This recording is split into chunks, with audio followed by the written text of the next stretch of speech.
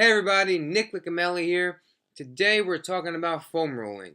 What follows is a conversation that I had with Alex Enrique, who's a graduate student at Montclair State University and works in their exercise science lab, that he and I had about foam rolling. We talk about what it is, what it does, what it doesn't do, future studies that we'd like to see regarding foam rolling, and much, much more. Alex is a great guy, really smart, and I think you'll enjoy our conversation together. Now, I've done a decent amount of work on foam rolling, and I'll link it all down below, so be sure to check out my article and video. I hope you enjoy. So right now I'm looking at, like what I'm researching is, I'm looking at foam rolling. Okay. What are your thoughts of foam rolling? So I did a research review on foam rolling. It doesn't do what we thought it always did. Like, it's not like breaking up tissue or like remodeling our tissues.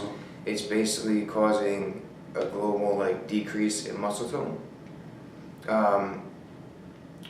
So like they've done studies where you can foam roll like your, I don't know, one part of your body, and you can increase the range of motion of another part of your body that didn't even get foam rolled. They're starting to find out that the best way to use it is either as like a recovery tool, like before you go to sleep, like just kind of do a quick roll on all the big muscle groups just to kind of tap into like parasympathetic nervous system and kind of decrease tone, improve sleep, stuff like that.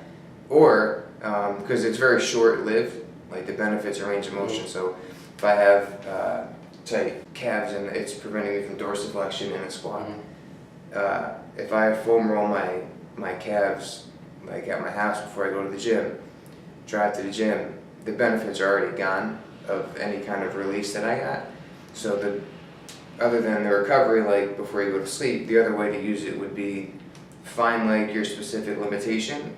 So if it's your hips, like, and you get stuck at the bottom of the squat, as you're warming up, foam roll your hips, maybe like, I don't know, 10, 20 seconds, come on up, get just the bar, and go through your warm-up sets and kind of groove that new range of motion that you just got, and maybe get back down on it, do like another 10, 20 seconds, and then work your warm-up sets up so that you're grooving that movement as you're freeing up the range of motion. And then over time, as you keep squatting with those mechanics in that newfound range of motion, your body will get used to that, and then eventually your squat technique will improve without the foam roll. So you use it as like an acute change mid-exercise or mid-warm-up of an exercise to increase range of motion. Right. So do you know what it does to strength or to power production? What I'm interested in looking at is a little bit biomechanical. I'm interested in looking at EMG signals. So to the muscles, does it cause more activity, less activity, more peak activity? Is that good? Is that bad? Right. So I'm looking at it. Also, how long?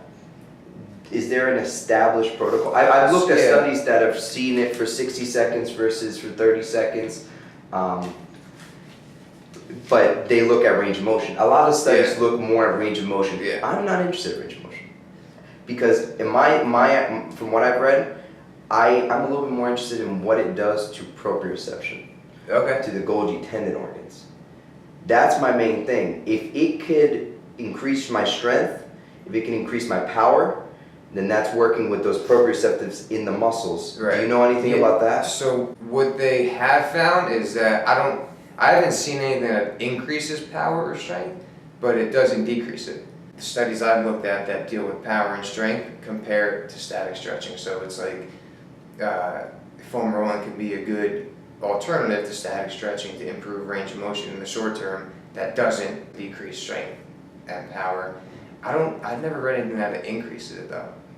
Like compared to what? Compared to a dynamic warm-up or just coming cold turkey off I mean, I would imagine if you compare foam rolling before a squat or not doing any warm-up, I'm guessing the foam rolling would you'd probably be stronger just because you're looser and you got more blood flowing, but I'd be interested to see. That would always be that control group. Yeah, they've done studies foam rolling versus just bike, like 10 minutes of a bike just to increase the heart rate. They found no difference. Yeah, I'll be emailing you about it because Absolutely. they know you're a physical therapist. That's what you guys are trying to use those modalities. But what I'm looking for now is, because there's just not a lot of studies that show muscle activation.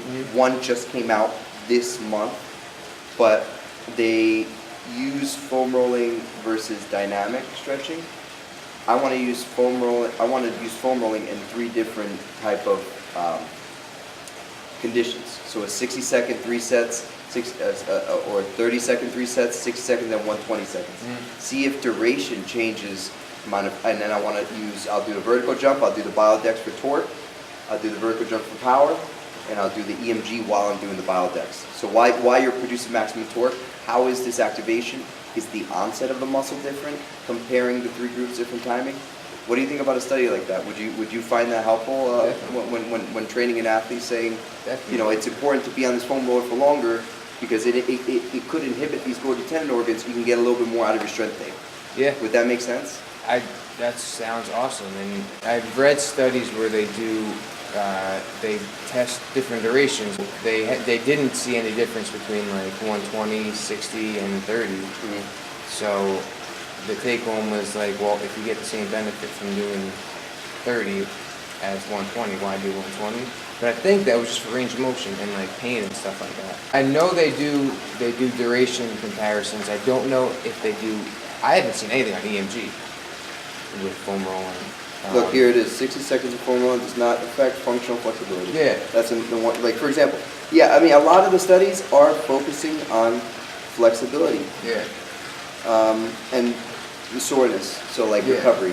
But like for me to do a capstone project for a master's thesis, it's tough to get. It's tough to have like a big intervention, so I can't put you through like an 8-week program or something like that. Like it's just not feasible. Right. I don't have the participation.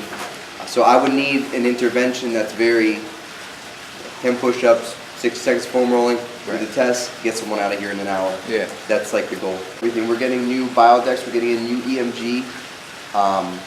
The EMG is really kind of like more of like the novel part of it, I feel. Yeah. Especially the way to look at EMG. I'm working with a biomechanist, so I have that aspect of it. Not just working with like strength condition guys, but they look, biomechanists look at a lot of different things when they're looking at EMG, like onset time, they look at peak, they look at amplitude, but they don't just say, okay, we want more peak. Is more peak good? So you're putting more force to do this. Do you want to put more force? Right. Maybe it's not efficient. Like maybe you don't want to put more force. Like, is more force always good? Right. Because sometimes if I'm picking up my arm, if I'm putting more force to pick up my arm, this means there's structural issues or pathology somewhere else. Right. So you can examine it that way. But I think that's. I was going to do sex differences in scapular kinematics and activation, but I don't really like reading those articles. That's tough, man. The scapulas and with glenohumeral like mechanics. Oh yeah, that's tough. Because you got 2 joints you're working with. You're working with your joint up here, and then you're working with your joint, the scapula and the thoracic. Yeah. That's one thing like I learned just from experience. Like when I started breathing out my stomach, it doesn't look sexy. Yeah. But it helped me like kind of gain my posture back. Because like I said, I've had back problems for years. It's just little things like that, man. You just look at it and then you're like, oh, is there any research on that? And they say, no, it's a research question. Yeah. Next study that I'll be doing, I'm not sure yet which direction I want to go because I just need to do more reading. Yeah. But I do think that there's an avenue of foam rolling because there's not really set protocols, there's not really set this. And if I can do something more of athletic performance, not just rehabilitation, range of motion, I want to check more athletic performance. I know there are studies out there, but you can take a little bit from each study, add your own interpretation of it, and that's how you make it novel. There's a quote, something, I forget the exact words, but it's like the best ideas aren't brand new. The best ideas take what exists already, but looks at them in ways that no one else has looked at them before. So like it exists, but you're just taking it, putting the pieces together like no one has ever figured out or thought to do before. My thing is why I want to become a scientist and stuff like that is because I'm a coach. I love baseball. I know baseball. I played at the collegiate level. I know athletics, and there's too many times where you have guys that know athletics and are great coaches, but they don't keep up with the research, because to be honest, the research is 20 years behind. Right. You know, you don't get that in a textbook. It doesn't become common knowledge until how far after you get published. You know, so I want to kind of bridge that gap, because I can tell you about your, you know, a little bit about your biomechanics as a pitcher, and I can also tell you, like, you know, with a man on first base, you got to do this and you got to do that. So that's like that bridge of gap. So like there are many of us around, but that strength and conditioning research site is kind of that like step forward towards bridging that gap between here's what science does and this is what does performance. Right. The thing is, there's not a lot of moolah on that, because they're more worried about diabetes and cholesterol than getting an athlete faster or stronger by a little bit. You know what I'm saying? That's the industry though. Like, you can, that no one know, right? Very little people know about that website, but you go to a blog post that says the 5 best foods to burn fat. Millions of people are gonna read that because it's like a sexy title and it's like a quick, easy fix, right? But no one wants that. Like, I agree with you. And the thing is, like, the magazines get a hold of like a concept and then they just run with it and it blows up. Like, next thing you see it on the news. Like, yeah, if you just type in my name on YouTube and then look for the foam rolling video, it's kind of lengthy. You could put it on higher speed. This way, it kind of goes a little bit quicker. Yeah, that'll definitely help. Thank you so much for watching. Be sure to like, comment, subscribe if you want, and we'll see you next time.